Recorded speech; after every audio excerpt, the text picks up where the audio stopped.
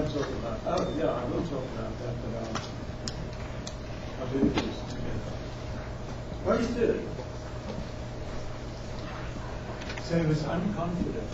So he said, oh, in the limit it'll be okay. So he did this again. You do a tiny little vector and said in the limit it will be okay. Right there. I'm happy about that. Now the interesting thing is the size of this arrow that we do is supposed to represent the magnitude of acceleration.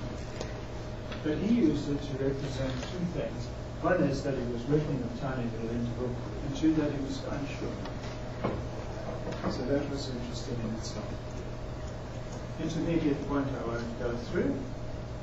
I'll just say he was really interested in that. I don't know if you noticed what he didn't do. He didn't use the definition of acceleration from basics. Here's the definition. You just look at the change of velocity over a short interval. And you implement it procedurally, and it works for every point the same way, systematically, and it looks like that. Again, for those who are not in physics, don't worry too much, but here's the pendulum bob, and you just take the velocity before, velocity afterwards, and in slightly different directions and magnitudes. You draw a velocity addition triangle, and it's supposed to be a delta V, and that gives you the direction. In other words, if you start with this velocity, and you add that, then you get the final velocity. You add the change. So that works everywhere.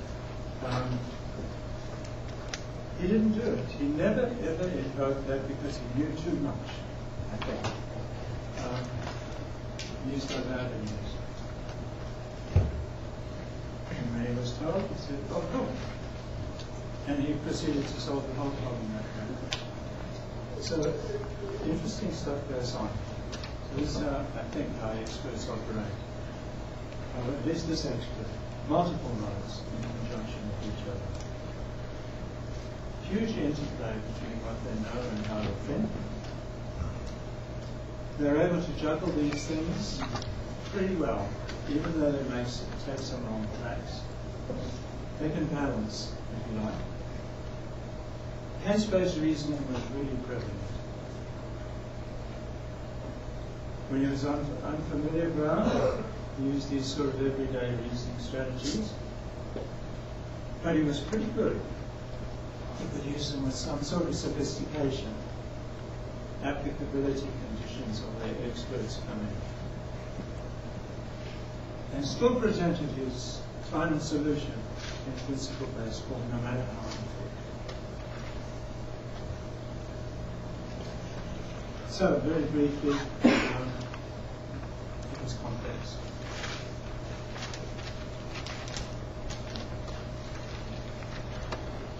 The only reason I put this up again is to say how quick it was. He didn't need any time at all for most of this. Pre-assembled case knowledge and then tried to adjust it. Brought in principles to check. He used this kind of reasoning because he was on familiar territory, and it didn't look like the principal solution that he did at the end. So what does this mean? If experts think like this, and we know novices think like this, so what do we do if we're going to teach problem solving? It's a difficult question. And I'll just say a couple of things about it. First is, I'm not sure what we do, but here's a few ideas. First of all, if we just teach the principal solution, that's all very well, but if we don't think that way ourselves, shouldn't we teach something about how we think ourselves, even if it's so complex? And the idea is that if all these kinds of reasoning are in an expert's repertoire, case-based, principle-based, experiential, and they're used to pull in large pre-assembled chunks of knowledge, and that's powerful for experts, shouldn't we try to model that in some way and let students see what's going on and say, if you think these ways, which you do, there's no way out of it, then here is how best to manage it. Now that's quite a difficult task, I think, but it seems to make sense, and it's an interesting thing to do. Can we make explicit how to do these things well? Again, because we're going to do it anyway. I should tell you, our initial thought was we tried to tell students to stop doing this. Just do the principle-based solution. Do it this way. Work from principles. And then when we found the experts didn't do that, that was slightly problematic. Anyway, so in other words, make your thinking explicit if you can.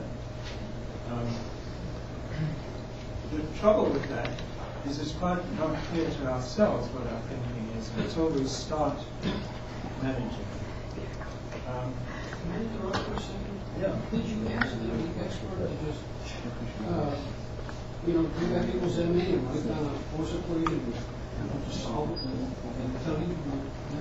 For the principle? Yeah. No, let the expert go anyway, which was a qualitative conceptual question. Oh, but I should tell you from that question, Fred Wright asked this question originally for physicists on the faculty at UC Berkeley. And you got all kinds of reasoning just like this. 5 of them. And one of them stormed out halfway through the interview. And the reason was he had tried to apply complex mathematics, probably Goldstein level mathematics, to the problem, and he realized that he was getting totally entangled and he couldn't answer a simple quantitative question. Now it's true, he thought he was being watched. But, yeah, so that wasn't so.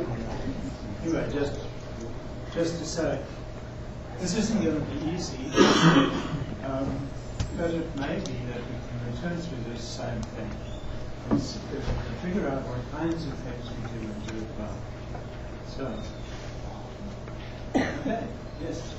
David, I just wanted to ask, do you ask your expert how he was taught to approach problems like that? Because I wonder, a lot of times people just, well, this is how you solve it and that's how you teach it, and they're not given a systematic approach to solve problems. So I'm just wondering if you tested the difference between someone who learned conventional physics and somebody who had this outline and approached the problem this way, those experts would actually approach the problem differently.